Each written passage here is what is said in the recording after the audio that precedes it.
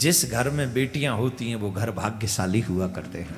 हमने तो ऐसे देखे छोरा ही छोरा 32 छोरा पर खाए हुए क्यों ला लेना पड़ रहे बेचारे के। अच्छा देखो, देवियां सबसे ज्यादा धर्मात्मा भी होती हैं। विश्व में स्त्री ना हो तो विश्व की क्या रूपरेखा रह जाएगी। इसलिए बेटी परम आवश्यक है। जो बेटे के विवाह में दहेज मांगते, तू है कौन, तेरे मुंह पे तो मेरे बाप ने चांदी का जूता मारा था। बेटी का अपना अधिकार है कि उस सर्वेंट को कैसे रखना है। सौदेबाज हस्बैंड के लिए एक सलाह दूंगा बेटियों को, सुबह उठते ही कहो चाय बना के ला, चुपचाप बैठा रही हो घर में, जब तक आऊं खाना तैयार मिलना चाहिए। हाथ जोड़ के प्रार्थना कर रहा हूं, गरीब बेटी के बाप पर बोझ मत डालो। अगर मर्द हो ना तो मर्द दिखना सीखो। पत्नी सबको चाहिए पर बेटी किसी को नहीं चाहिए।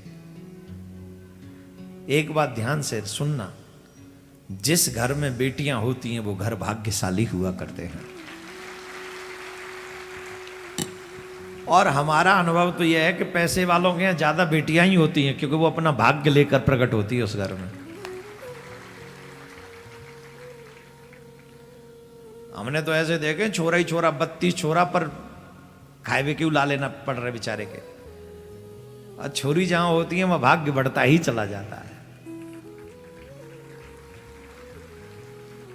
जोर से बजाओ, मैं तो तुम्हारी बड़ाई कर रहा हूं, एक तुम हो कि चुप बैठी हो। अच्छा देखो, देवियां सबसे ज्यादा धर्मात्मा भी होती हैं। इसका प्रूफ इसी पंडाल में मिल रहा है। देवियों ने अपनी साइड तो फुल कवर कर रखी है लेके पीछे तक। इधर भी इस क्षेत्र में भी भाइयों का बैठना मुश्किल कर रखा है इन्होंने। वहां से लेके वहां तक पीछे तक चली गई है। क्यों? इनकी रुचि धर्म में अधिक होती है। लेकिन चाहे जो भी हो, आप कल्पना करके देखो, अगर विश्व में स्त्री ना हो तो विश्व की क्या रूपरेखा रह जाएगी। इसलिए बेटी परम आवश्यक है। लेकिन समाज के कुछ गंदे लोगों के कारण आज बेटियां लोग नहीं चाहते। कुछ गंदे लोग, दो प्रकार के गंदे लोग हैं। एक जो स्त्री को सिर्फ भोग्य पदार्थ समझते हैं, दूसरे जो अपने बेटे की शादी में बेटी वालों से दहेज मांगते हैं। ये दो व्यक्ति दुष्ट प्रकार के व्यक्ति हैं। समाज में ये सांप हैं जो बेटे के विवाह में दहेज मांगते और इसीलिए घर में शांति नहीं होती। आप याद रखिए, आप अगर दहेज मांगते हैं तो अच्छी संस्कार वाली बेटी आपके घर की बहू नहीं बन सकती। अच्छे संस्कार वाली बेटी हुई तो उसके बाप पे इतना पैसा कहां होगा जो तुम्हारे को दे सके। वो तो फिर वो ऊंचे सैंडल वाली होगी, ले आ, और वो तो फिर अपने हिसाब से जीवन जिएगी। वो क्यों ससुर जी के पाम छुएगी, वो क्यों सासू माँ के पाम छुएगी, वो क्यों अपने पति की रिस्पेक्ट करेगी। वो तो कहेगी ना, मेरे बाप ने चांदी का जूता तेरे मुंह पे मारा था, तुझे तो खरीदा है मेरे बाप ने, तू है कौन, तू है कौन, तेरे मुंह पे तो मेरे बाप ने चांदी का जूता मारा था। तूने विवाह नहीं किया, तुमने तो सौदा किया है। जो दहेज मांगते हैं लड़के वाले, वो अपने बेटे को बेच देते हैं। उसके बाद बेटी का अपना अधिकार है कि उस सर्वेंट को कैसे रखना है। वो सर्वेंट है, हस्बैंड नहीं है। जोर से बजाओ, माता तुम्हारा राइट है, बजाओ, तुम्हारे साथ खड़ा हूं। अच्छा एक बात बताओ, ईमानदारी से इसमें गलत क्या है?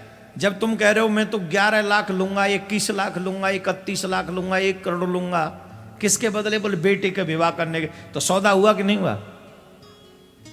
सौदा हुआ कि नहीं?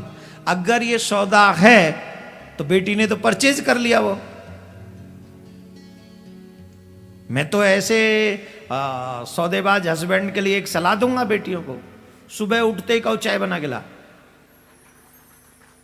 मेरे कपड़े निकाल के रख, मैंने ये कपड़े उतार दिए, इनको धो, और सुन मैं जा रही हूं शॉपिंग करने, चुपचाप बैठा रही हो घर में, जब तक आऊं खाना तैयार मिलना चाहिए। और घर से बाहर मत जाना, कितनों की बुरी नजर तुझ पे पड़ेगी। यही रहे, घर में बैठ चुपचाप। बाहर निकलना ते थूतरी बता रही हूं, यही रही हो। आराम से। सही है कि नहीं? देवियों बताओ सही है कि नहीं? सब देवियां एग्री हैं। किन के लिए?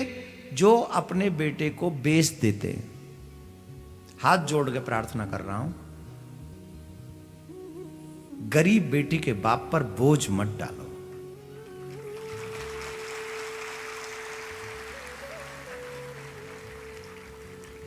और जितने भी नौजवान यहां बैठे हैं, ईमानदारी से अपनी सेल्फ रिस्पेक्ट करना सीखो।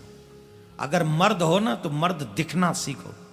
मर्द वो नहीं होता जो स्त्री पर जुल्म करता है। मर्द वो होता है जिसके साथ में स्त्री अपने आप को सुरक्षित महसूस करती है। असली मर्द बनो, नकली नहीं। तुमको लगता है तुम्हारे लड़की के बाप से करोड़ों रुपए लेने के बाद तुम मर्द कहलाओगे? अरे जाओ गीदड़ कहीं के, तुम मर्द हो नहीं सकते। गीदड़ हो तुम, जो तुम में इतनी कैपेसिटी नहीं कि हम अपनी पत्नी का पालन पोषण भी अपने आप कर सकेंगे। आई एम सॉरी किसी को बुरा लगे, मैं आपको बुरा लगने के लिए नहीं बोल रहा हूं, लेकिन सच बताओ उस बेटी का क्या दोष है जिसके बाप पे पैसा नहीं? वो क्यों किसी अच्छे घर की बहू नहीं बन सकती? क्यों नहीं बन सकती? क्योंकि उसके बाप पे पैसा नहीं है, क्योंकि वो तुम्हारी तरह लंबे गाड़ियों में नहीं चलता। उसकी बहू बेटी को देखो ना, कितनी संस्कारी है,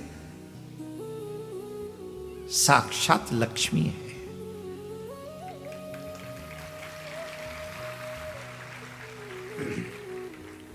हे भारतवासियों, प्रत्येक सनातनी को अपनी बेटी समझो।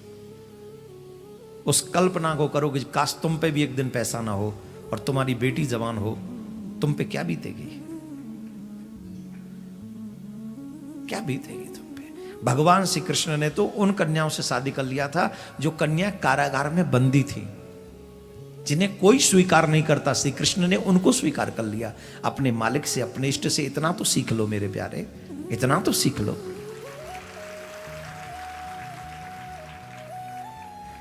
खैर, अगर मेरा मैसेज अच्छा लगे तो बड़े लोग इसकी शुरुआत कर सकते हैं। अपने बहुत अच्छे पढ़े लिखे बच्चे की विवाह एक अच्छी संस्कारी बेटी से कर सकते हैं, चाहे वो गरीब घर की ही क्यों ना हो। आप गरीब घर से रिश्ता जोड़ेंगे तो आपका सम्मान और बढ़ जाएगा, और बढ़ जाएगा। वैसे बेटी वाला कभी गरीब नहीं होता। जो अपनी बेटी दिल का टुकड़ा ही तुम्हें दे दे, उससे बड़ा गरीब कौन होगा? है? उससे बड़ा अमीर कोई नहीं है, वो सबसे बड़ा अमीर है। बेटी वाला कभी गरीब नहीं होता।